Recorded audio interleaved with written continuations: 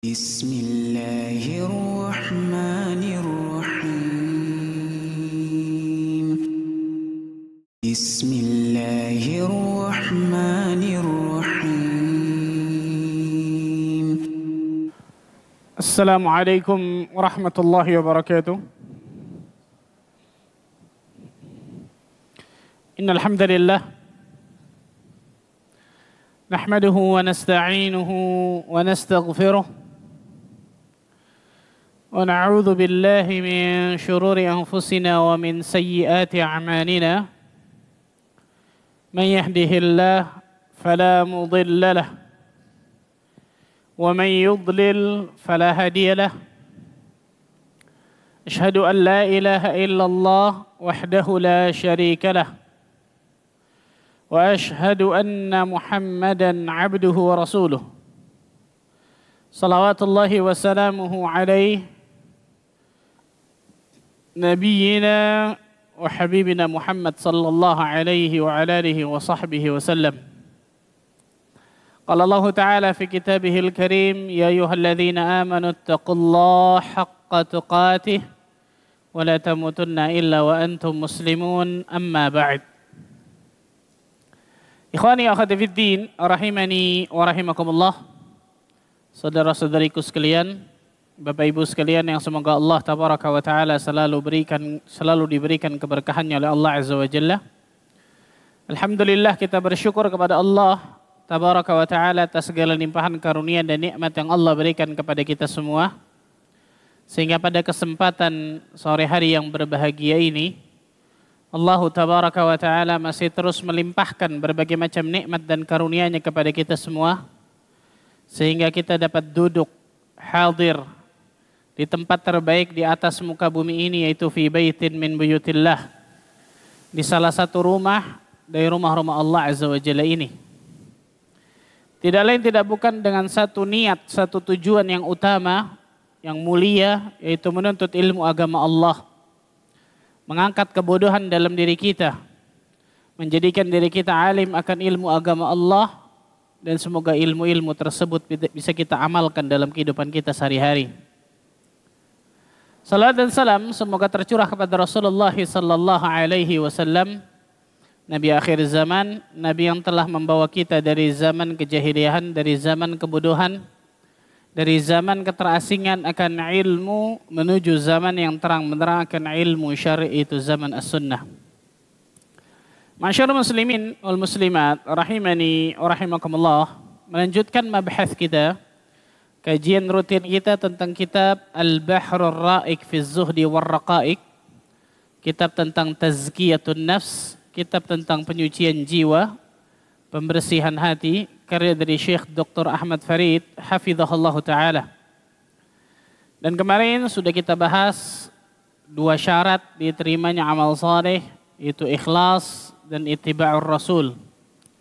Sudah kita bahas pula ikhlas. Apa itu ikhlas? Apa lawan kata dari ikhlas? Apa lawannya ikhlas?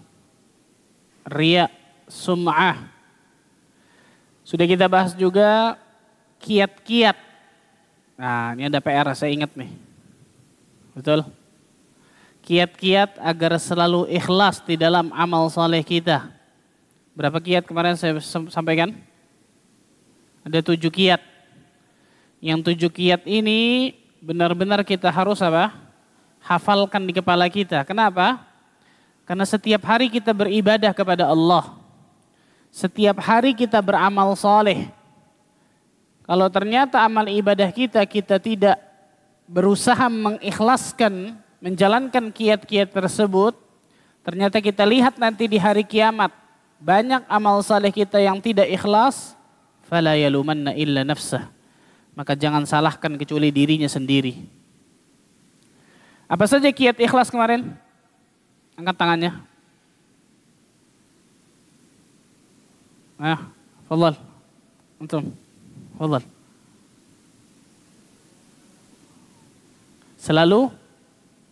Selalu mengecek niat sebelum kita beramal, ketika sedang beramal, dan setelah beramal. Berapa kali? 3 kali ngecek niatnya. Ngecek niat sebelum beramal, ketika sedang beramal, dan setelah apa? Beramal. Yang kedua,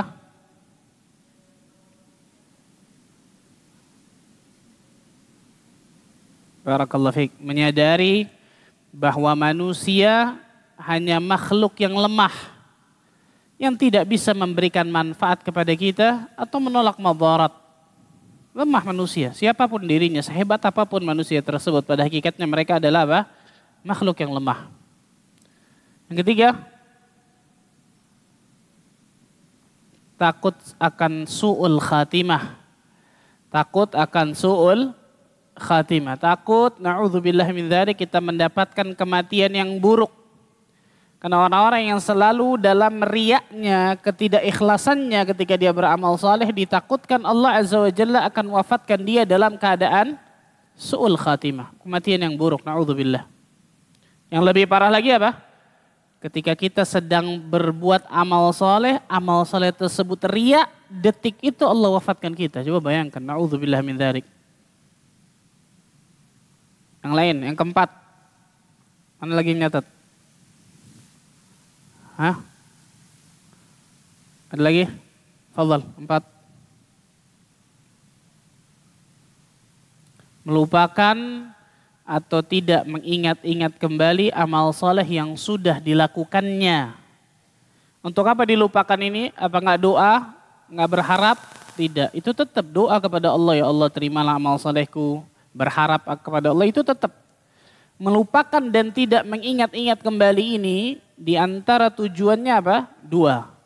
Yang pertama, supaya tidak timbul ujub, supaya tidak bangga akan amalannya. Yang kedua, supaya tidak mengungkit-ngungkit amalannya di kemudian hari.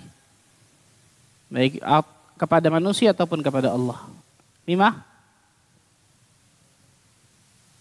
Mengingat azab yang khusus yang Allah sediakan bagi orang-orang yang tidak ikhlas. Na'udzubillah min dzalik.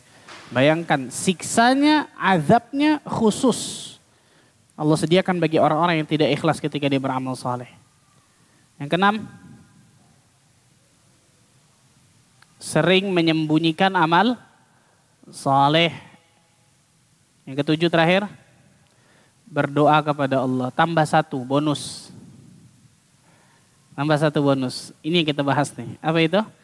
Mengetahui tentang keutamaan ikhlas. Yang ke-8.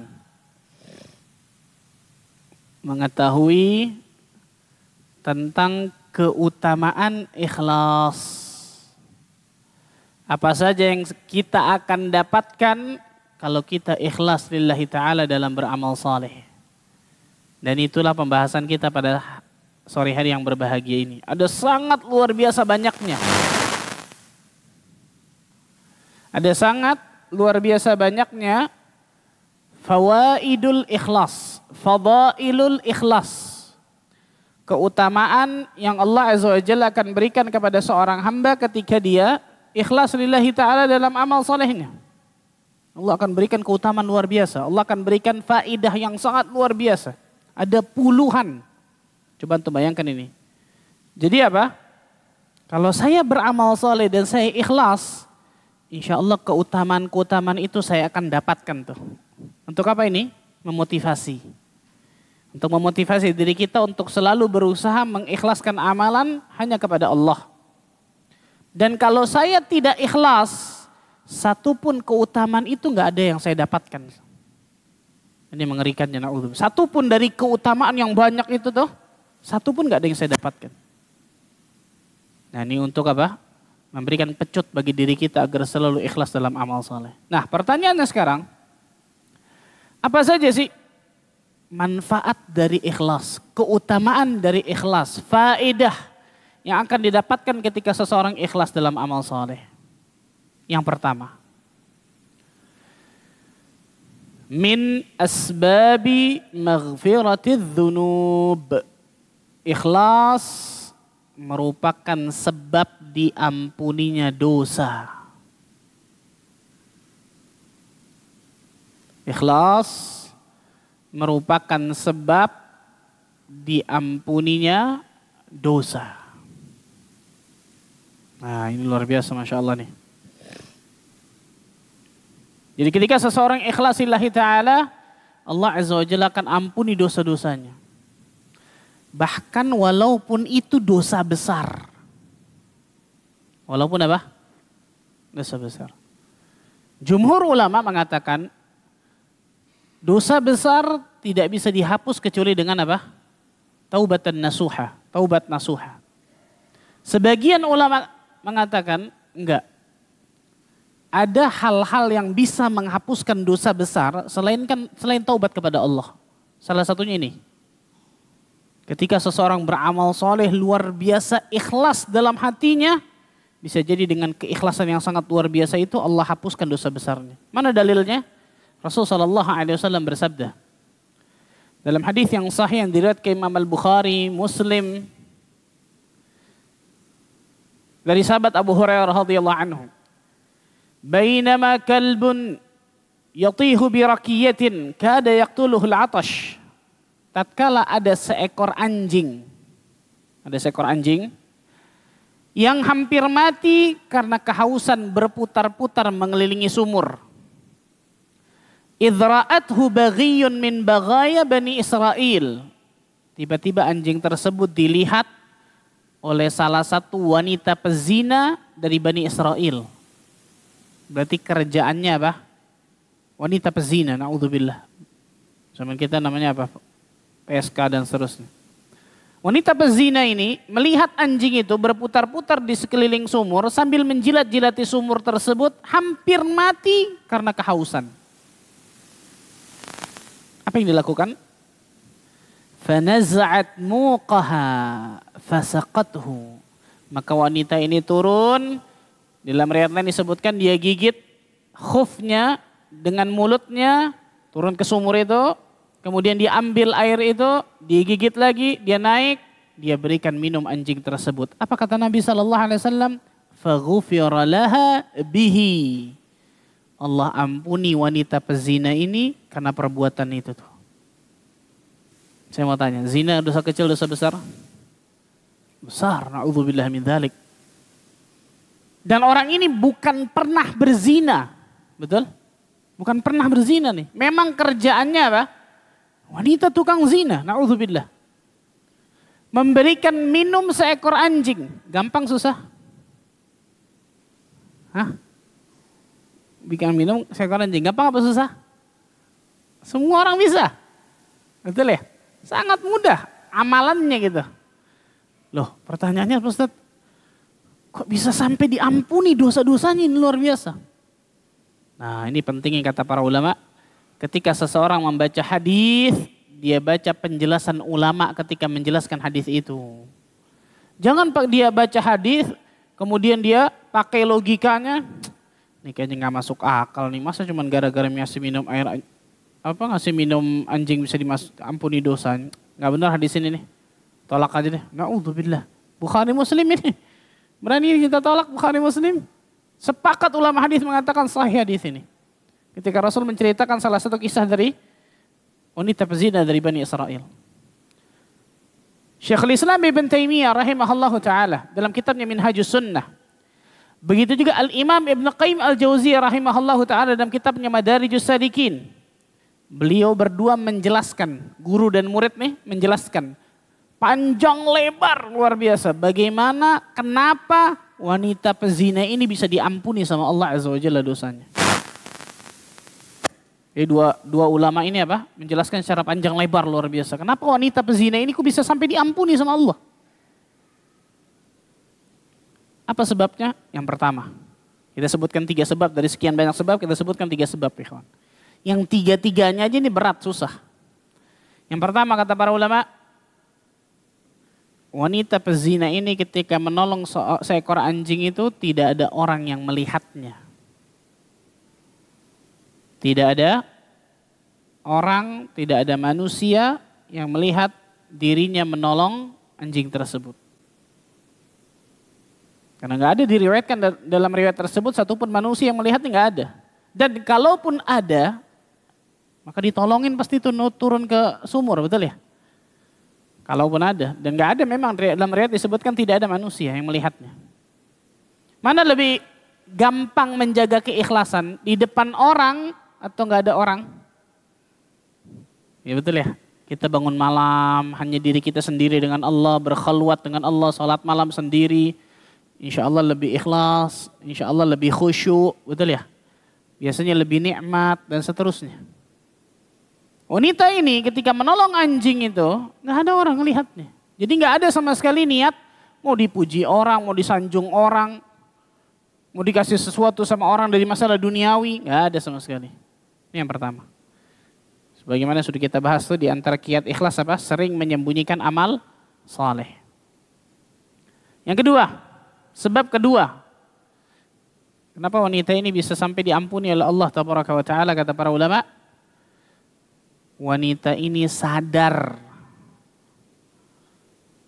bahwa seekor anjing gak mungkin bisa berikan balasan kepadanya. Wanita ini menyadari dengan jelas seekor anjing gak mungkin bisa berikan balasan kepada dirinya. Nah, bisa anjing tiba-tiba ngomong jazakillah khair ya? Bisa? Syukran. Gak bisa. Gampang susah nih. Wah, kita menolong orang terkadang nih. Ada masuk syaitan ke dalam pikiran dan hati kita. Ente tolong dia, ntar kadang-kadang kalau ente lagi sulit, insya Allah dibantu ente tuh. Hah? Ada niat-niat terselubung. Allah Azza wa Jalla menyebutkan di dalam surat Al-Insan tentang ciri-ciri orang-orang yang ikhlas. Surat Al-Insan ayat ke-9. Surat Al-Insan ayat ke-9. Innama nut'imukum liwajhillah. La nuridu minkum jazaa'a wala syukura. Sesungguhnya kami, kata Allah, memberikan makan kepada kalian hanyalah untuk mengharapkan wajah Allah. Ikhlas. Apa contohnya ikhlas? Nih. La nuridu minkum jazaa'a wala syukura. Kami tidak mengharapkan balasan ataupun ucapan terima kasih. Antum nolongin orang. Tolongin orang nih si fulan, antum tolong mati-matian. Akhirnya Allah takdirkan si fulan ini bisa ketolong lewat perantara antum. Setelah antum nolongin si fulan nih, si fulan ini jalan begitu aja tuh. Gak ada kabar, la salam, wala kalam, wala terima kasih, wala jazakallah khair. Gimana hati kita? Ini terlepas dari orang yang ditolong wajib terima kasih ya, bukan itu bahasan kita. Itu adab beda tuh. Adab yang ditolong. Kita yang nolong, orang itu setelah kita tolong, jalan aja gitu aja. Gimana hati kita? Besok lo gak bakal gue tolong lagi, entar lo lihat lo. Terkadang ketika kita seperti itu kesel tuh, betul ya? Kok wala syukran, wala terima kasih macam-macam. Allah katakan orang yang ikhlas, la nuridu minkum jazaa'a wala syukura. Kami tidak menginginkan balasan, hatta ucapan terima kasih kami gak kepengen sama ente. Kenapa? Karena yang kami kepengen adalah balasan dari Rabbul Alamin. Selesai. Nah ini penting nih ikhwan nih. Saya katakan apa? Masukkan ini dalam pikiran dan hati kita. Kita berbuat kebaikan, berbuat amal soleh, berbuat ibadah, membantu orang, apapun itu. Bukan karena orang itu berbuat baik kepada kita. Tidak. Tapi apa? Karena ini perintah Allah dan Rasulnya, titik. Kalau motivasinya itu gampang kita melakukan itu. Tapi kalau take and give, tahu take and give. Ente baik, ya anak baik. Ente buruk, ya anak buruk. Salah ini. Bukan akhlak Islam seperti ini. Salah ini kata para ulama yang seperti ini. Namanya imma'ah. Imma'ah. Rasulullah SAW mencela nih orang-orang imma'ah ketika mereka diberikan kebaikan, mereka pun memberikan kebaikan. Ketika mereka diburuki, jeleki, dizalimi, mereka pun membalas dengan kezaliman itu. Salah ini.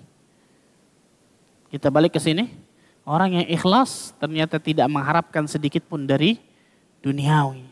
La nuridu minkum jazaa'a wala syukura. Wanita pezina ini tidak mengharapkan sedikit pun kata para ulama dari apa? Anjing itu. Dan ini keikhlasan yang luar biasa nih. Gak mudah nih. Yang ketiga, nah ini lebih luar biasa lagi kata para ulama. Kenapa wanita pezina ini bisa sampai diampuni oleh Allah? Yang ketiga, wanita ini berani mengambil resiko untuk membahayakan dirinya masuk ke dalam sumur. Yang notabene itu berat bagi seorang wanita. Dan berbahaya. Dia berani ngambil resiko itu tuh. Kalau kepleset, bukan anjing yang mati, dia bisa mati tuh. Betul? Tapi dia berani mengambil resiko itu. Dia masuk ke dalam sumur, dia ambil air. Kemudian dia berikan kepada anjing itu. Ini menunjukkan kata para ulama, lihat bagaimana tingkat keikhlasan dari wanita ini yang sangat luar biasa. Keluar dari lubuk hatinya yang paling dalam. Dengan sebab itu Allah Azza wa Jalla ampuni dosanya. Coba saya mau tanya. Kita mau bantuin orang. 50-50 nih. Orang ini bisa kebantu dengan bantuan kita. Atau saya yang madorot. Kita bantu gak? Kita bantu gak? Wah istikharah bisa kencang tuh Masya Allah. Bantu enggak, betul ya? Belum tentu itu kita bantu. Tapi wanita ini berani mengambil resiko itu. Kalau dia yang kepleset, dia yang jatuh, dia yang mati bisa jadi. Tapi dia nggak pikirkan itu tuh. Dan ini kata para ulama tidak mungkin tidak memang keluar dari apa?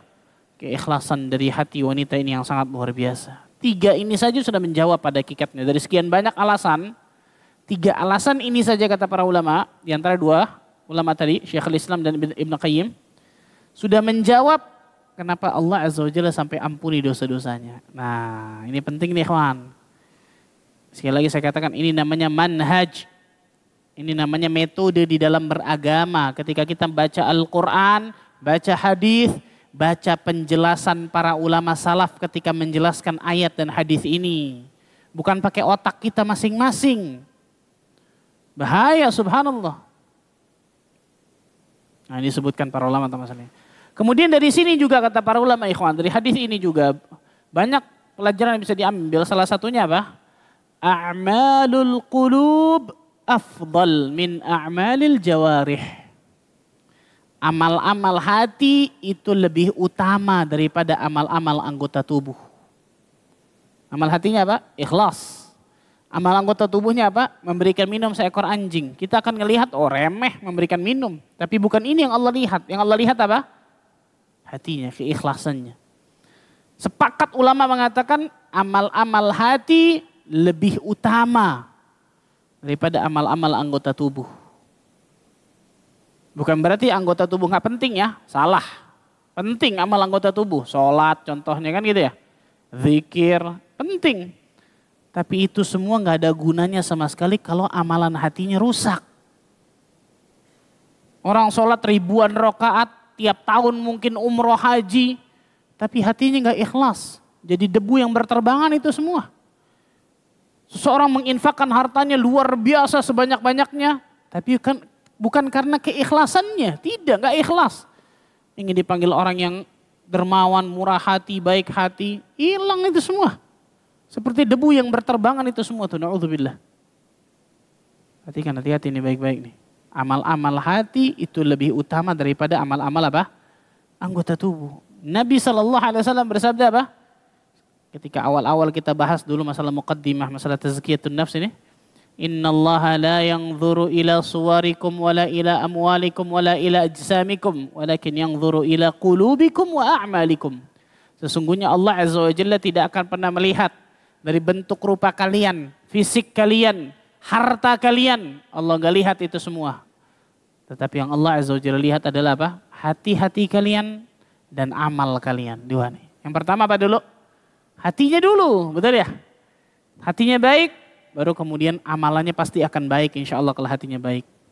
Karena ini sinkron banget ya pasti nih. Yang penting hatinya Pak Ustadz, tapi amalannya buruk, bohong berarti. Bohong. Karena orang yang hatinya baik pasti akan diikuti dengan amal yang baik, amal yang soleh. Nah ini bedanya, yang membedakan kenapa para sahabat ketika berinfak sama kita berinfak, mana lebih besar pahalanya? Wah, jauh banget, luar biasa, betul ya. Rasulullah SAW bersabda, la tasubbu ashabi. Jangan kalian mencela para sahabatku. Fawalladhi nafsu Muhammadin biyadih. Demi jiwa Muhammad yang berada di tangannya. "Lau anna ahadukum anfaqa mithla Uhudin dhahaban." Seandainya kalian menginfakkan emas sebesar gunung Uhud. Emas sebesar gunung Uhud. Saya yakin gak ada yang orang punya kayaknya. Seandainya ada emas sebesar gunung Uhud kalian infakkan, tidak akan mencapai ma balagha mudda ahadihim wala nasifahu. Tidak akan mencapai para sahabatku berinfak 1 mud gandum atau setengah mud gandum. Bayangkan. Bedanya mana? Ini bedanya nih. Hatinya beda, keikhlasannya beda, keyakinannya beda, imannya beda, perjuangannya beda. Kan gitu? Gak akan pernah sama. Nah, ini menunjukkan kata para ulama, lihat. Wanita ini melakukan dosa besar, bayangkan. Tapi wanita ini diampuni karena sebab apa?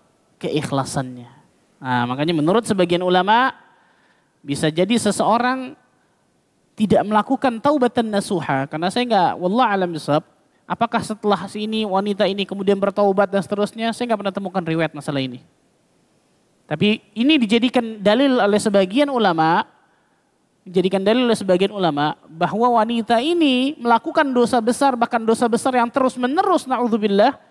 Tapi Allah Azza wa Jalla ampuni karena keikhlasan yang luar biasa. Ini menunjukkan pahala keikhlasan itu nggak sembarangan tuh, subhanallah, tanpa batas banget, itu luar biasa tuh. Al-ikhlas.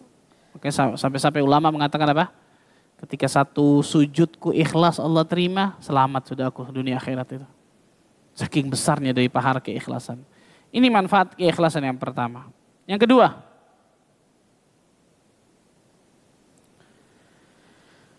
manfaat keikhlasan yang kedua.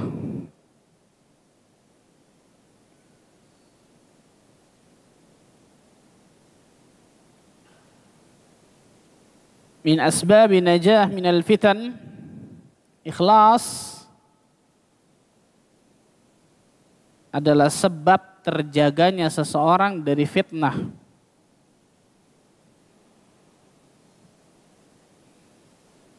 Ikhlas adalah sebab terjaganya seseorang dari berbagai macam fitnah.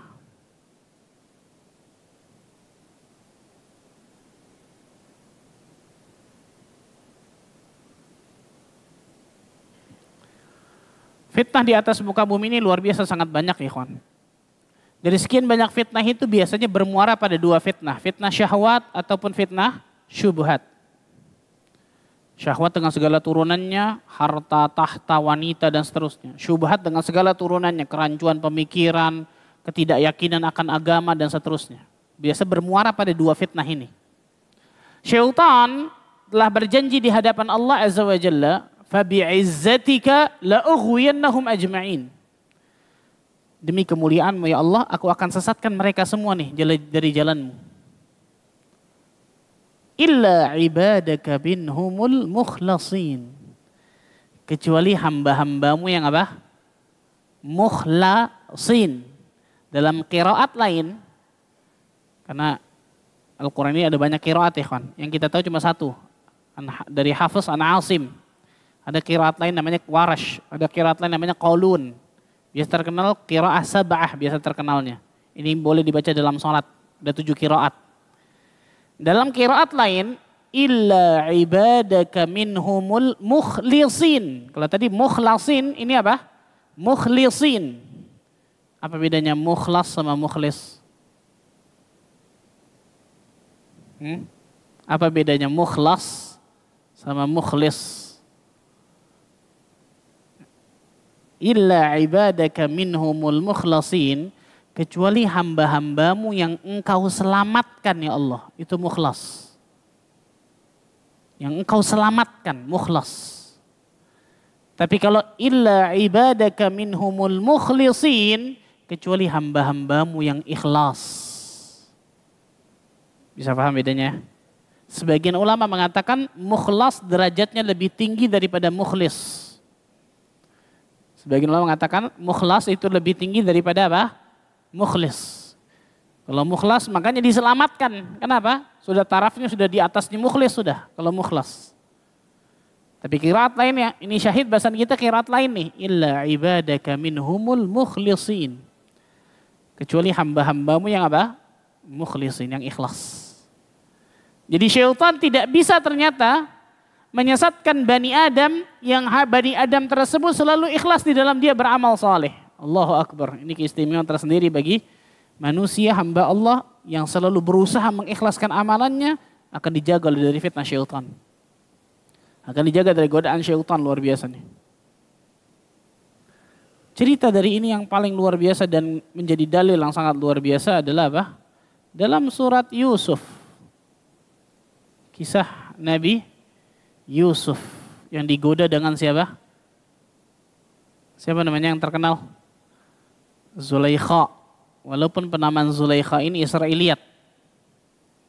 Ada yang mengatakan bahwa tidak ada riwayat yang sahihah yang menyebutkan namanya Zulaikha. Makanya banyak ulama lebih menyebutnya Imra'atul Aziz.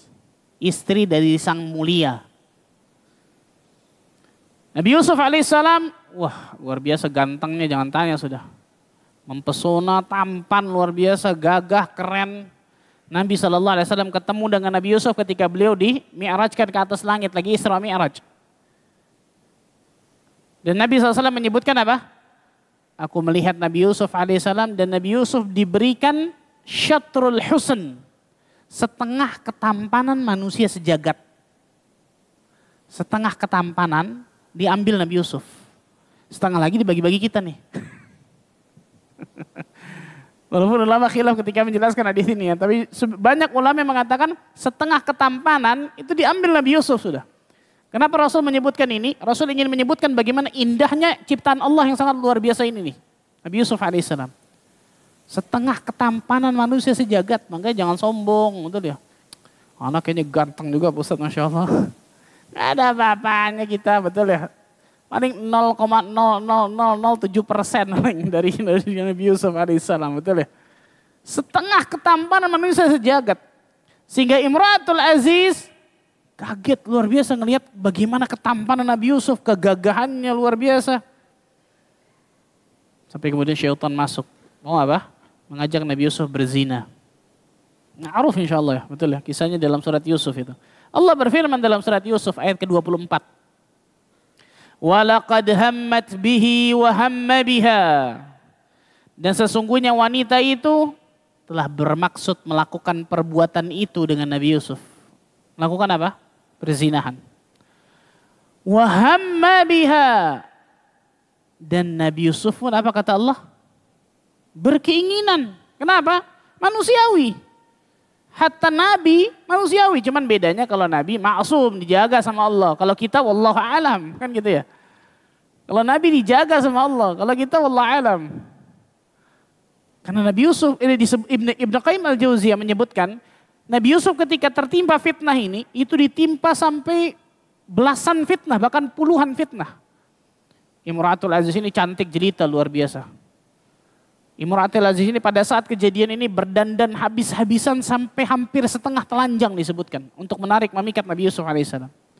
Nabi Yusuf masih muda, syahwatnya masih beda sama orang yang sudah tua, betul? Nabi Yusuf gak ada yang kenal, di negara itu gak ada yang kenal. Beliau dari luar, betul ya? Orang ketika safar sangat mudah melakukan maksiat ini, hati-hati. Kemudian apa? Nabi Yusuf alaihissalam disetting oleh Imratul Aziz tersebut, tutup sana, tutup sini, tutup, nggak ada orang lihat. Bayangkan belasan sampai puluhan fitnah Nabi Yusuf tertimpa. Makanya Allah mengatakan wahamma biha. Nabi Yusuf pun ada keinginan di situ. Laula ar-ra'a burhana rabbih. Kalau bukan karena bukti yang Allah Azza wa Jalla tunjukkan kepada Nabi Yusuf alaihissalam. Kadzalika linasrifa anhu su'a wal fahsya. Kami palingkan Yusuf dari kemungkaran dan juga kekejian. Itu perbuatan zina tadi. Kenapa? Nih ditutupnya nih. Innahu min ibadinal mukhlasin. Qiraat lain. Innahu min ibadinal mukhlisin. Karena dia Nabi Yusuf termasuk hamba-hamba kami yang kami selamatkan. Ini qiraat pertama. Kalau dibaca mukhlasin. Tapi kalau dibaca mukhlisin. Karena dia termasuk, Nabi Yusuf termasuk apa? Hamba-hamba kami yang selalu ikhlas di dalam amal salehnya. Allahu Akbar. Kata para ulama, perhatikan nih. Kalau kita ingin mengukur indikator, apakah amal-amal kita yang kemarin masih masih banyak yang riya atau tidak. Apakah amal-amal kita yang kemarin ikhlas Allah terima atau tidak? Salah satunya ini nih. Apa itu? Ketika di hadapan kita ada sesuatu yang haram. Kita tahu ini haram. Kedurhakaan kepada Allah. Nggak boleh, ini haram. Apakah Allah selamatkan kita dari sesuatu yang haram itu? Atau kita terjang sesuatu yang haram itu? Karena kalau Allah Azza wa Jalla selamatkan kita. Ini nih, contohnya siapa?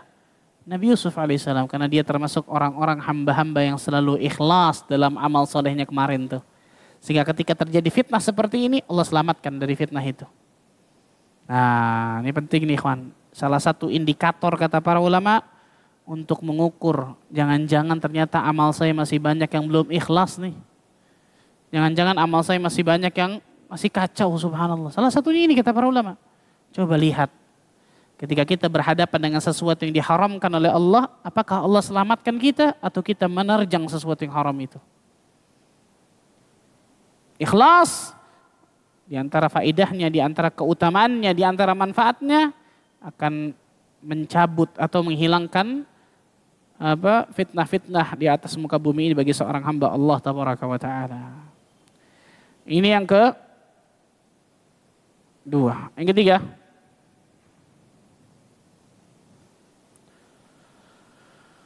faedah keikhlasan yang ketiga, orang yang ikhlas akan dinaungi oleh Allah pada hari kiamat kelak. Orang-orang yang ikhlas akan dinaungi oleh Allah Azza wa Jalla di hari kiamat kelak. Ini luar biasa ya ikhwan, subhanallah. Yaumul qiyamah, hari kiamat. Hari yang sangat luar biasa mencekamnya bagi seorang hamba Allah Azza wa Jalla. Pada saat itu, matahari hanya 1 mil di atas kepala manusia. Pada saat itu manusia akan dikumpulkan di satu tempat yang sama, yaitu padang mahsyar. Dalam keadaan yang sama semuanya, gak ada yang beda. Rasulullah SAW bersabda, yuhsyarun nasu yawmal qiyamati hufatan, uratan, ghurlan. Fi riwayah, buhman. Akan dikumpulkan manusia nanti di hari kiamat dalam keadaan tidak beralas kaki, tidak memakai pakaian, tidak dikhitan, nggak disunat. Dalam riwayat lain, buhman, la syai'a lahu, nggak bawa apa-apa, nggak punya apa-apa. Bayangkan semua manusia dalam keadaan sama nih ikhwan. Dalam keadaan tidak beralas kaki, nggak pakai pakaian, tidak disunat, nggak bawa apa-apa, nggak punya apa-apa. Aisyah radhiyallahu anha bertanya kepada Nabi SAW, ya Rasulullah sallallahu alaihi wasallam, ar-rija wal nisa yanzuru ba'dhum ila ba'd. Kalau begitu laki-laki perempuan bisa saling melihat ya Rasulullah. Ya, satu orang aja sekarang jalan kemana-mana, nggak pakai pakaian. Gimana kira-kira? Akan jadi pusat perhatian, betul ya? Ini semua manusia dalam keadaan yang sama nanti hari kiamat. Pertanyaan Aisyah, pantas banget ini, betul ya? Ya Rasulullah, laki-laki perempuan gak saling melihat Rasulullah pada saat itu. Apa kata Nabi SAW? Ya Aisyah, al-amru asyaddun yawma idzin dzak. Wahai Aisyah, perkaranya hari itu sangatlah menyibukkan. Allahu Akbar. Gak sempat tuh sama sekali tuh. Manusia memikirkan bagaimana aurat orang lain, aurat si fulan, aurat fulanah. Gak ada. Bahkan aurat dirinya gak sempat dia pikirkan.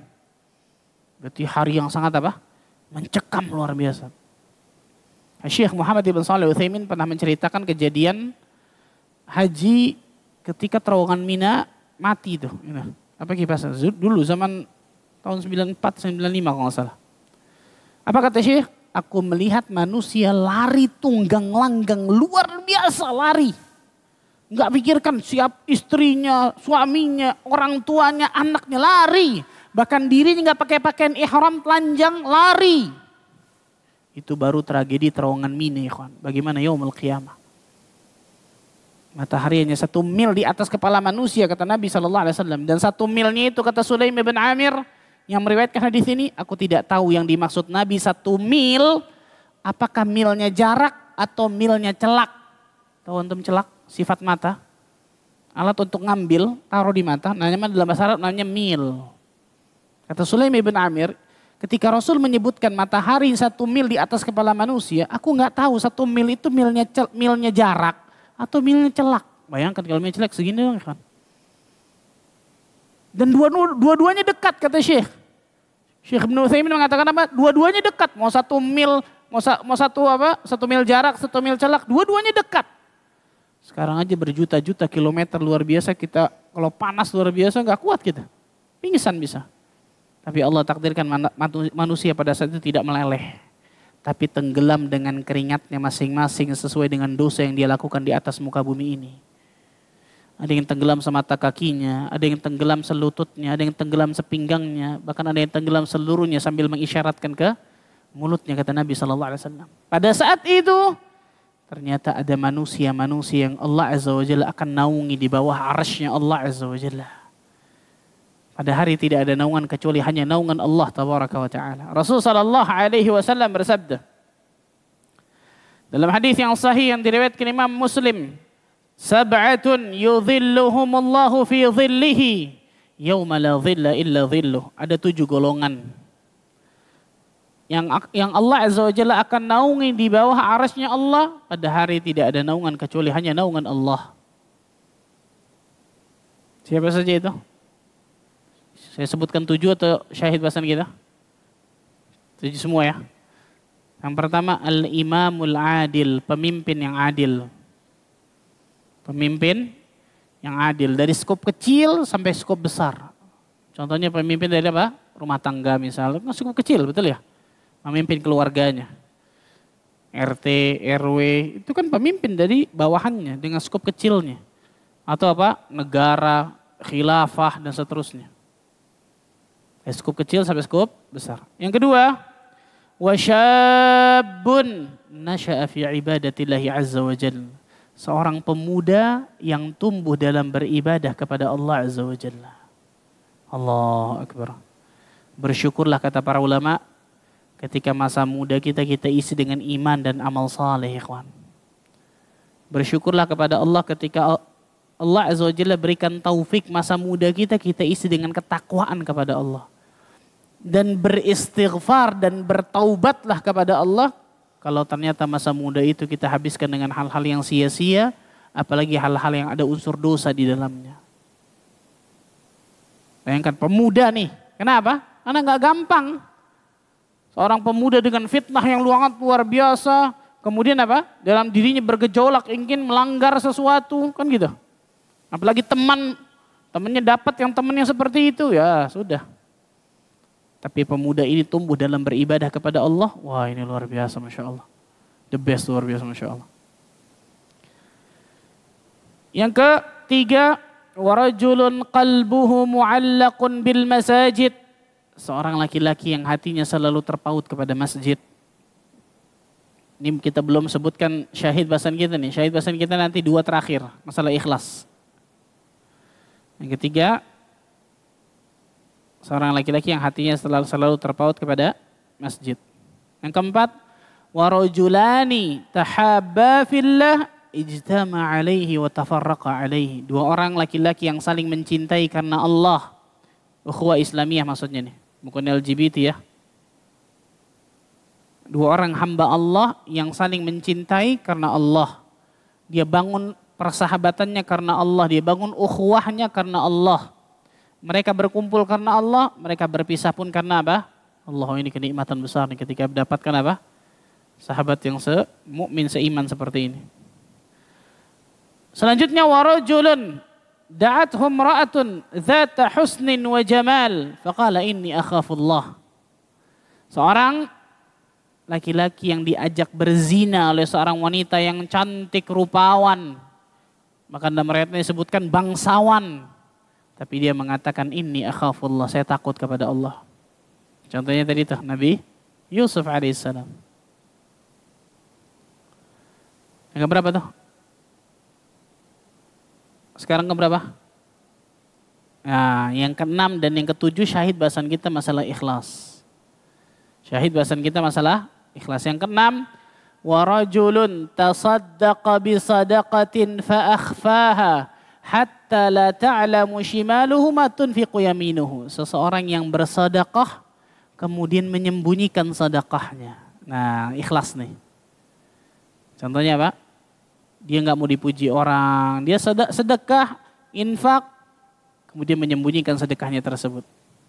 Sampai-sampai tangan kirinya tidak tahu apa yang diinfakkan tangan kanannya. Ulama berselisih pendapat nih, apa maksudnya tangan kiri tidak diketahui oleh tangan kanan? Ada banyak penafsiran ulama tentang masalah ini. Maksud yang pertama kata para ulama, tangan kirinya tidak tahu apa yang diinfakkan oleh tangan kanannya, maksudnya adalah malaikat yang ada di kirinya nggak tahu. Ada sebagian ulama mengatakan malaikat yang ada di kirinya tidak mengetahui apa yang ia sedekahkan. Karena biasanya orang sedekah pakai tangan apa? Kanan biasanya, betul ya? Dan malaikat yang di kiri kan biasa mencatat apa? Amal buruk kan gitu. Ada yang mengatakan malaikat di tangan kirinya itu nggak tahu apa yang diinfakkan. Ini yang pertama. Maksud yang kedua, tangan kirinya tidak tahu apa yang diinfakkan oleh tangan kanannya. Ini kata para ulama, lafaz ini menunjukkan mubalaghah. Mubalaghah itu hiperbol, berlebih-lebihan. Maksudnya apa? Orang ini benar-benar pintar menyembunyikan amal solehnya. Sampai-sampai apa? Tangan yang pasti selalu bersama ini tangan dua nih. Tapi nggak tahu tangan kirinya apa yang diinfakkan tangan kanannya. Ini menunjukkan bagaimana mubalaghah. Berlebih-lebihan atau berlebih-lebihan tanda kutipnya bagus di sini ya, bukan buruk nih. Jadi orang ini sangat pintar menyembunyikan sedekahnya gitu. Sampai-sampai orang terdekatnya aja nggak tahu. Dan saya punya cerita masalah ini luar biasa, Masya Allah. Sampai-sampai orang terdekatnya, mungkin istrinya, mungkin anaknya, mungkin suaminya, nggak tahu apa yang diinfakkan oleh dirinya. Yang ketiga,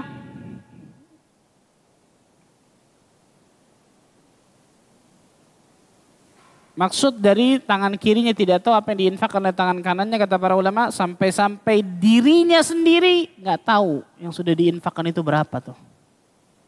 Wah, ini nggak luar biasa nih kalau seperti ini, betul ya. Kita main ambil aja sedekah, ambil sedekah. Terus lihat, ya Allah 100.000 tuh subhanallah. Ambil lagi akhirnya. Sampai-sampai dirinya kata para ulama, itu nggak tahu, bayangkan, Allahu Akbar, luar biasa. Dengan sedekah yang telah ia keluarkan. Ajib ini, luar biasa, Masya Allah. Nah, ini maksudnya apa di sini? Orang yang bersedekah dan ikhlas ketika dia bersedekah. Dan ikhlas. Saya punya satu cerita luar biasa. Diceritakan oleh teman saya. Teman saya ini punya mertua. Jadi sanatnya tinggi nih. Yang langsung cerita menantunya berarti. Mertuanya meninggal. Mertua laki-lakinya meninggal. Mertua laki-lakinya kaya raya, kontraktor. Kaya raya, Masya Allah. Sudah, ketika meninggal, dikabarkan sama seseorang bahwa mertuanya ini tabrakan. Atau lebih tepatnya bukan tabrakan, menabrak pagar dari salah satu perumahan. Meninggal. Ketika sampai ke situ, dia tanya-tanya dan seterusnya, kata satpam yang ngelihat mobilnya nabrak tadi, Pak, saya ngelihat bapak itu sebelum nabrak itu sudah megang kemudinya begitu. Jadi mungkin kena jantung dulu baru kemudian nabrak. Karena nabraknya pelan, nggak kenceng. Udah sampai situ dia ke rumah sakit. Ketika di rumah sakit dia mau buka takut karena tabrak kan. Ternyata cuma nabrak pelan aja, pagar rumah sakit, pagar perumahan itu hancur, mobilnya nggak apa-apa sebenarnya. Ketika dibuka, oh nggak apa-apa ternyata. Karena memang bukan tabrakan, memang hanya nabrak dan kelihatannya sudah kena jantung duluan. Sudah, ketika dia mau tutup, dicium dan seterusnya. Ketika dia mau tutup, dia baru sendiri nih. Istrinya berarti mertuan yang perempuan belum datang. Anaknya juga berarti istri dia belum datang kan gitu. Ketika dia mau tutup, Allah takdirkan matanya tertuju kepada dahi dari mertuanya. Dahinya apa? Berkeringat peluh. Keringatnya banyak dahinya. Oh, dia ingat hadis Nabi SAW, mautul mu'min bi'araqil jabin. Kematian seorang mukmin ketika dahinya itu berkeringat peluh. Ini salah satu tanda-tanda husnul khatimah kata Syekh Albani rahimahullah. dalam kitab beliau. Maka dia nangis, tapi nangis gembira ngelihat apa? Keringat di kening dari mertuanya ini. Senang luar biasa dia. Dia elap, dia tutup. Dia keluar, ternyata mertua perempuannya sudah datang, istrinya tadi anak itu sudah datang, dia datang lagi masuk ke dalam, dia buka lagi, keringat lagi banyak. Masya Allah. Udah disabarkan dan seterusnya. Selesai sampai dikuburkan, selesai. 2 hari atau 3 hari setelahnya datanglah 2 orang ke rumah dia nih. Ke rumah mertuanya ini. Dia lagi ada di situ. 2 orang ini ingin bertemu dengan istri dari yang meninggal tadi. Mau apa? Kata teman saya, mau apa? Saya ingin mengucapkan terima kasih. Kemarin kita gak sempat untuk takziah. Terima kasih untuk apa? Saya ini imam di salah satu masjid disebut daerah mana, daerah jauh luar biasa. Pedalaman, karena mertuanya ini kontraktor sering nyari-nyari apa? Pasir, kemudian apa batu dan seterusnya di perkampungan-perkampungan. Saya ini imam di salah satu musola kecil, ini muadzin yang biasa dalam musola tersebut. Saya berdua ini sudah diumrohkan oleh Bapak. Hah? Umroh? Gak ada satupun anggota keluarga yang tahu. Dia mengumrohkan 2 orang ini, gak ada satupun anggota keluarga yang tahu. Oh gitu, gimana ceritanya Pak? Cerita dan seterusnya. Datang, pulanglah. Keesokan harinya datang lagi tuh. 1 orang, 2 orang, 3 orang, 1 orang, 2 orang, 3 orang. Hampir-hampir sama ceritanya. Sudah dihitung sama teman saya ini kurang lebih kalau gak salah ingat ya saya. Itu ada 33 orang yang diumrohkan oleh dirinya, gak ada yang tahu satupun keluarganya. Ada 7-8 musola dan masjid yang dibangunkan oleh mertuanya laki ini dari kecil sampai jadi, tidak ada satupun anggota keluarga yang tahu. Wallah, ini nikmat luar biasa nih. Ketawanya ketika meninggal, betul ya? Orang mau muji, orang mau ngapain terserah, sudah selesai, sudah habis sudah. Ini contoh nih. Nah, makanya ikhwan, kalau kita sedekah, jangan pakai pengumuman. Betul ya? Si fulan, bapak fulan, 1.200.000 rupiah. Diumumin dari A sampai Z mau ngapain? Subhanallah, betul ya? La ilaha illallah Muhammad Rasulullah. Yang ke-7. Tadi kan 26 ya, yang ke-7. Wa rajulun dzakarallaha khalian fafadat ainah. Seorang laki-laki yang berzikir di dalam keheningan. Yang ke-7, yang Allah akan naungi di bawah arasy-Nya Allah pada hari tidak ada naungan kecuali hanya naungan Allah.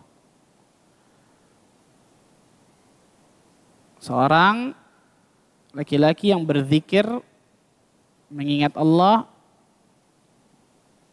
tatkala sendirian, khalian. Khalian di sini ditafsirkan oleh para ulama ada 2 jenis. Tapi intinya yang ke-7 ini adalah orang yang ketika berzikir dan dia dalam keadaan ikhlas. Dan dia dalam keadaan apa? Ikhlas. Ketika dia berzikir, dia mengingat Allah, dia ibadah kepada Allah dalam keadaan ikhlas. Ditafsirkan oleh para ulama kata-kata khalian ada 2. Ada 2 maknanya. Yang pertama, memang dia berzikir nggak ada orang. Contohnya tadi saya katakan apa? Bangun malam, betul ya? Dia berkhalwat dengan Allah, hanya berdua-duaan dengan Allah. Nggak ada orang melihatnya. Memang nggak ada orang sudah. Ini makna pertama dari kata-kata wa dzakarallaha khalian. Rajulun dzakarallaha khalian. Dan makna kedua dari kata-kata khalian disebutkan oleh Ibnu Hajar dalam kitabnya Fathul Bari juga ini. Meskipun ia berzikir di hadapan banyak manusia yang melihatnya, akan tetapi hatinya seakan-akan bersendirian dengan Allah. Yaitu hatinya kosong dari memperhatikan manusia. Kosong dari memperhatikan pandangan dan penilaian manusia kepadanya. Nah, bisa jadi apa? Rame-rame seperti ini, orang itu benar-benar apa? Hatinya nggak ada sama sekali ketergantungan sama manusia. Nggak ada sama sekali ingin dilihat orang, ingin dipuji orang dalam hatinya.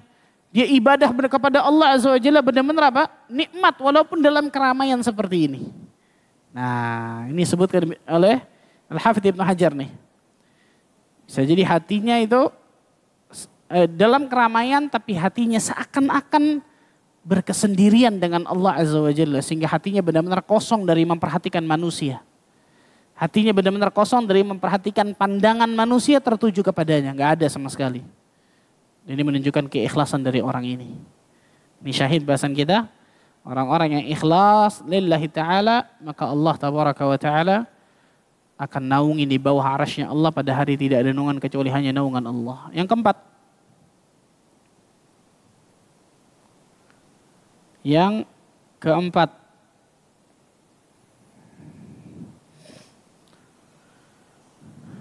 Amalan orang-orang ikhlas yang bersifat duniawi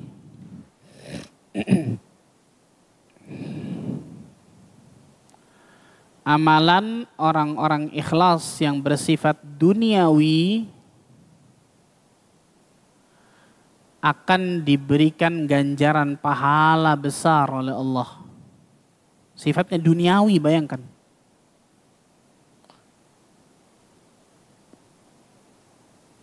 Amalan orang-orang ikhlas yang sifatnya duniawi akan diberikan ganjaran pahala oleh Allah tabaraka wa ta'ala.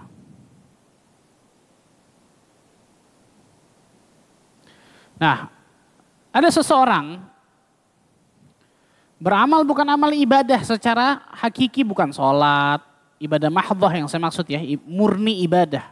Bukan sholat, bukan puasa, bukan zakat, bukan sedekah, dan seterusnya. Bukan. Dia mungkin apa? Melakukan satu perbuatan, tapi karena keikhlasannya, Allah bisa ganjar pahala yang besar luar biasa dari perbuatan yang aslinya bukan perbuatan ibadah. Perhatikan hadis ini. Dari hadis yang sahih yang diriwayatkan Bukhari Muslim dari Sa'ad bin Abi Waqqas radhiyallahu anhu. Rasulullah sallallahu alaihi wasallam bersabda, "Innaka lan tunfiqa nafaqatan tabtaghi biha wajh Allah illa ujirta 'alaiha." Sesungguhnya tidaklah engkau berinfak. Lihat, tidaklah engkau berinfak sesuatu pun dengan berharap wajah Allah. Berarti engkau infak ikhlas, mengharapkan wajah Allah semata. Kecuali engkau akan diberikan ganjaran. Infak kita dengan syarat ikhlas, Allah akan berikan ganjaran pahala luar biasa besarnya. Lanjutan hadisnya, perhatikan. Hatta ma taj'alu fi imra'atik. Bahkan sampai makanan yang engkau suapkan ke mulut istrimu. Makanan yang engkau suapkan ke mulut apa? Istrimu. Saya mau tanya, suami istri kalau lagi suap-suapan, mikirnya duniawi atau ukhrawi? Hah? Mana di sini suami istri? Mana yang jomblo? Mana yang jomblo belum? Suami istri kalau sedang suap-suapan, mikirnya duniawi apa ukhrawi? Duniawi, insya Allah. Kalau ukhrawi hebat banget tentu, masya Allah tuh, luar biasa tuh. Saya suap-suapan ini kayaknya supaya saya suap-suapan juga di surga Pak Ustadz. Wah hebat, masya Allah tuh. Hebat juga insya Allah. Insya Allah duniawi biasa pikirannya. Kalau apa? Ketika suami sedang apa? Suap-suapan dengan istri ataupun sedang duduk-duduk dengan istri dan seterusnya. Perhatikan nih, subhanallah.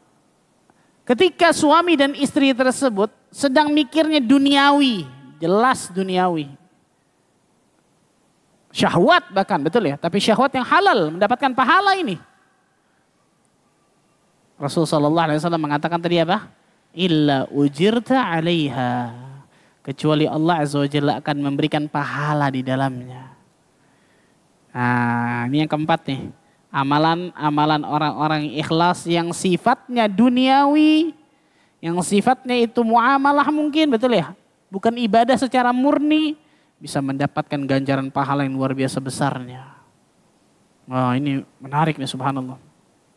Al-Imam An-Nawawi ketika menjelaskan hadis ini, beliau mengatakan, dalam hadis ini terdapat dalil bahwasanya perkara yang mubah jika dikerjakan dengan niat mencari wajah Allah, ikhlas, maka akan menjadi suatu ketaatan dan akan mendapatkan ganjaran. Karena Nabi SAW mengingatkan dengan sabdanya, bahkan sampai makanan yang engkau masukkan ke mulut istrimu. Karena istri adalah seseorang yang termasuk bagian khusus dari kebutuhan duniawi, syahwat, kelezatannya. Maka jika ia menyuapkan makanan ke mulut istrinya, maka kondisi ini biasanya terjadi tatkala sedang bercumbu suami istri, berlemah lembut, berlezat-lezatan dalam perkara mubah. Tapi Allah Azza wa Jalla akan ganjar pahala yang luar biasa besarnya. Subhanallah. Nah, ini penting nih ikhwan nih. Luar biasa Masya Allah nih. Dan banyak banget ini ganjaran pahala yang akan diraih oleh seorang ikhlas dalam kehidupannya, betul ya? Duniawi dapat pahala dan duniawi pahala. Apalagi kalau ditanamkan niat sebanyak-banyaknya niat yang baik. Contoh. Rasul sallallahu alaihi wasallam menyebutkan wa fi bud'i ahadikum sadaqah. Di dalam kemaluan istrimu itu sedekah. Maksudnya apa? Ketika suami mendatangi istrinya, menggauli istrinya, itu bernilai sedekah, dapat pahala berarti. Betul ya? Para ulama menyebutkan, kalau seorang suami mendatangi istrinya atau seorang istri melayani suaminya, dia tanamkan banyak niat, bukan cuma satu. Satu biasanya apa? Melampiaskan syahwatnya, betul? Tapi dia tanamkan banyak niat. Yang pertama, contoh. Ya Allah, mudah-mudahan Anda dapat anak yang saleh dan salehah dari sini. Betul ya? Yang kedua, ya Allah, mudah-mudahan dengan Anda melampiaskan syahwat ke yang halal, Engkau jauhkan aku dari yang haram, ya Allah. Karena di luar sana luar biasa yang haram itu, na'udzubillah. Engkau jauhkan aku dari yang haram, ya Allah. Yang ketiga, memberikan hak kepada pasangan. Betul ya? Yang keempat, memberikan hak pada badan kita juga, kan gitu ya? Yang kelima, keenam, ketujuh, ke-8. Semakin banyak kita tanamkan niat yang salehah, semakin banyak kita dapat pahala. Ini orang cerdas nih. Ibnu Qudamah mengatakan apa? Orang yang cerdas adalah orang yang bisa mengumpulkan sebanyak-banyaknya niat cuma dalam satu amalan salehnya. Nah, ini zain mumtaz Masya Allah nih. Syahid dari bahasan kita adalah orang-orang yang ikhlas. Amalan-amalan yang bersifat duniawi akan Allah Azza wa Jalla berikan ganjaran pahala yang luar biasa besarnya. Terakhir yang kelima. Ikhlas akan membantu mewujudkan cita-cita.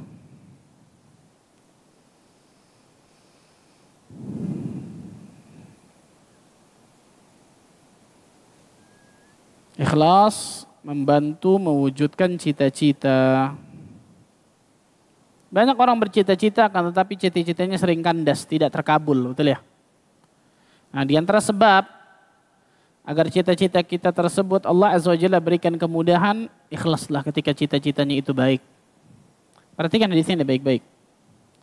Sebuah hadis yang sahih yang diriwayatkan Imam An-Nasa'i, disahihkan oleh Syekh Al-Albani dalam kitabnya Sahih Targhib wa Tarhib, tentang salah seorang sahabat Arab Badui.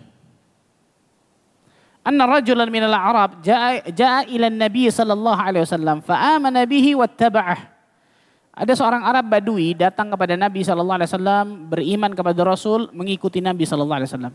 Arab Badui. Arab Badui ini kita tahu ikhwan biasa sifatnya apa? Jujur. Jujur dan tegas. Tsumma qal. Kemudian apa? Ia berkata kepada Nabi, "Uhajiru ma'ak." Wahai Rasulullah, aku ingin berhijrah bersamamu. Aku ingin berhijrah bersamamu. Fa'ausa bihi Nabi sallallahu alaihi wasallam ba'dha ashabihi. Maka Rasul sallallahu alaihi wasallam mewasiatkan kepada sebagian sahabatnya. Apa ini? Ternyata Allah Azza wa Jalla berikan mukjizat kepada Nabi, bukakan sedikit ilmu gaibnya, akan terjadi sesuatu pada sahabat ini, Arab Badui ini. Karena itu sebagian sahabat diperintahkan untuk mengikuti Arab Badui ini. Falamma kanat ghazwatun ghanima an-nabiy sallallahu alaihi wasallam syai'an faqasama wa qasama lahu. Ketika Rasul sallallahu alaihi wasallam menang peperangan, disebutkan di perang Badar. Kalau enggak salah dalam riwayat perang Badar, menang, dapat ghanimah, harta rampasan perang, betul ya? Maka Rasul membagikan ghanimah itu kepada seluruh sahabat. Salah satu yang dapat ghanimah ini berarti siapa? Arab Badui ini, betul ya? Dikasih sahabat, Rasul memberikan kepada sahabat, sahabat ngasih ke Arab Badui itu. Ketika dikasih oleh sahabat tadi itu, Arab Badui, nih punyamu nih, yang dikasih Nabi kepadamu. Apa ini kata dia? Apa ini? Mahadza kata dia. Maka sahabat ini mengatakan itu pemberian Rasul Sallallahu Alaihi Wasallam kepada dirimu, semua sudah dapat. Diambil, dia datang ke Nabi SAW. Ya Rasulullah, mahadza? Apa ini wahai Rasulullah? Qasamtu lak. Aku membaginya untukmu karena semua sudah dapat kan gitu ya. Aku membaginya untuk memang jatahmu dapat ini. Apa kata Arab Badui ini? La. Ma'ala hadha ittaba'tuka. Aku mengikutimu bukan gara-gara ini. Dan omongan ini bukan basa-basi ya kawan ya. Ada orang kayak gini nih kurang. Kacau subhanallah. Betul ya? Enggak basa-basi nih. Ya Rasulullah, aku ngikut denganmu nih. Hijrah, jihad. Bukan gara-gara ini. Nih saya katakan di Arab Badui ini jujur luar biasa nih. Aku hijrah, aku jihad. Bukan gara-gara ingin dapatkan dunia seperti ini. Enggak. Walaupun ketika didapat dunia diambil boleh, halal. Betul ya? Tapi tujuan utamaku kata sahabat ini, kata Arab Badui ini. Bukan gara-gara ini tujuan utamaku. Itu tujuan utamanya apa? Dengarkan. Walakinni ittaba'tuka ala an armi ila hahuna. Wa asyara ila halqihi bisahmin. Akan tetapi aku ngikut denganmu hai Rasulullah jihad agar aku terkena anak panah di sini nih, ditunjuk di lehernya. Di tenggorokan ditunjuk. Saya terkena anak panah di sini ketika aku berjihad, fa amutu fa adkhulil jannah. Kemudian aku mati, masuk surga. Itu cita-citanya tuh. Terkena apa? Anak panah di sini, mati, masuk surga. Apa kata Nabi SAW mengomentari perkataan dia? Intasduqillah yasdukka. Kalau engkau jujur kepada Allah, maka Allah akan berikan apa yang kau cita-citakan ini. Terjadi lagi perang selanjutnya. Apa setelah perang Badar? Perang Uhud. Menang kalah Nabi? Kalah. Betul ya? Karena tidak taatnya sebagian dari pasukan pemanah kepada Nabi SAW. Singkat cerita, salah satu orang yang ternyata menjadi mati syahid di medan Uhud adalah Arab Badui ini. Rasul mungkin sudah lupa nih. Tiba-tiba sebagian sahabat yang diwasiat oleh Nabi untuk ngikutin orang ini mendatangkan orang ini. Ya Rasulullah, hadza huwa. Kaget Rasulullah. Ahuahu kata Nabi. Apakah ini orang yang dulu ngomong nih? Iya Rasulullah betul, dia yang ngomong nih. Apa kata para sahabat? Tidak meleset sedikit pun dari tunjukannya. Saya ingin tertancap anak panah di sini mati. Tidak meleset sedikit pun, bayangkan. Meleset sedikit ke sini aja enggak? Bayangkan. Ini kata sahabat nih yang meriwayatkan hadis ini. Tidak meleset sedikit pun yang ditunjuk oleh dirinya ke arah lehernya. Allahu Akbar, luar biasa Masya Allah. Apa kata Nabi SAW ketika melihat sahabat ini? Sadaqallah fasadaqah. Orang ini telah jujur kepada Allah, Allah pun jujur kepadanya. Allah berikan apa yang dia inginkan. Maka orang ini dikafani dengan jubah Nabi SAW, dengan jubah Nabi bayangkan. Dikafani orang ini dengan jubah Nabi SAW. Kemudian Rasulullah SAW maju mensolatkan orang ini. Salah satu doa Nabi SAW kepada orang ini apa? Allahumma hadha abduk kharaja muhajiran fi sabirik faqutila syahidan. Ya Allah, ini hambamu yang keluar untuk hijrah di jalanmu ya Allah. Hijrah jihad. Dan dia mati syahid. Wa ana syahidun ala dharik. Dan aku bersaksi atas itu kata Nabi. Allahu Akbar. Rasul yang mengatakan itu. Ikhlas itu akan mewujudkan cita-cita. Perhatikan baik-baik nih kawan, penting nih. Bisa jadi mungkin keinginan kita, wah ini kayaknya berat nih. Tapi kalau itu ikhlas, maju bismillah. Maju bismillah. Dan bisa jadi cita-cita kita, keinginan kita mungkin masa cuma segini gak dapat sih. Kenapa? Bisa jadi keikhlasannya gak ada dalam keinginan itu. Nah ini kata para ulama apa? Seringlah mengintrospeksi niat kita sebelum kita beramal ataupun ketika kita sedang beramal. Wallahu a'lam bishawab, baru 5 yang kita bisa bahas dari keutamaan ikhlas atau manfaat dari keikhlasan. Insya Allah masih ada lanjutan dari manfaat keikhlasan ini. Semoga Allah Azza wa Jalla berkahi pertemuan kita. Semoga Allah Tabaraka wa Ta'ala selalu jadikan dari kita termasuk golongan hamba-hamba Allah yang selalu Allah berikan hidayah taufik untuk meniti siratal mustaqim. Sampai nantinya Allah Azza wa Jalla wafatkan diri kita semua dalam keadaan husnul khatimah. Allahumma amin rabbal alamin. Silakan mungkin kalau ada yang mau bertanya. Tapi ada pertanyaan dulu sebenarnya. Assalamualaikum warahmatullahi wabarakatuh. Izin bertanya, bagaimana bila kita membalas kebaikan seseorang karena dia telah berbuat baik kepada kita? Bukankah ada hadisnya ini termasuk ikhlas atau tidak karena ingin menjalankan sunnah? Bukan ini maksudnya. Perhatikan nih, faham saya ini. Kewajiban orang yang diberikan kebaikan dari orang lain, membalas kebaikan itu untuk orang lain. Hal jazaul ihsan illal ihsan, kan gitu ya? Bukankah balasan kebaikan itu balasan kebaikan pula? Nah, bukan ini maksudnya nih. Perhatikan nih, bagus nanya nih. Kalau enggak salah pengertian nih. Orang berbuat baik kepada kita, kewajiban kita balas kebaikan itu. Betul, sahih. Tapi ada orang yang saya katakan tadi, kalau ente buat baik ke saya buat baik ke ente. Kalau ente buat buruk ke saya buat buruk ke ente. Ini yang enggak boleh. Ini namanya imma'ah. Ini namanya apa? Imma'ah. Nah, ini disebutkan oleh Rasulullah SAW masalah ini. Bukan kemudian orang ketika berbuat baik kepada kita, maka kewajiban kita jelas memberikan kebaikan juga kepadanya, kan gitu. Tapi kita memberikan kebaikan kepadanya, kenapa dasarnya? Karena Allah dan Rasul yang perintahkan itu. Nah, balik lagi tadi tuh. Karena Allah dan Rasul yang perintahkan itu. Pertanyaan, kalau tiba-tiba orang tadi tidak berbuat kebaikan lagi kepada kita, apa kita nggak berbuat kebaikan kepadanya? Tetap, kan gitu ya. Atau ketika orang itu berbuat keburukan kepada kita, apakah kita nggak berbuat kebaikan kepadanya? Tetap. Nah, itu maksudnya. Nah, banyak kita menjadikan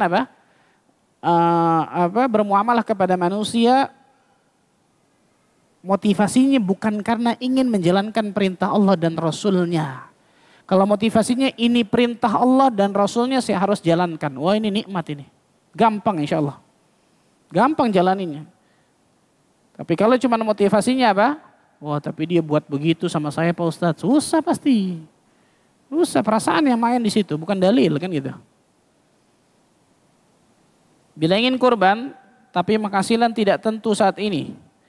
Tapi uang untuk berkurban ada. Apakah zalim terhadap diri sendiri apabila kita memaksakan berkurban sedangkan uang yang dia punya adalah pemberian dari seseorang? Naam.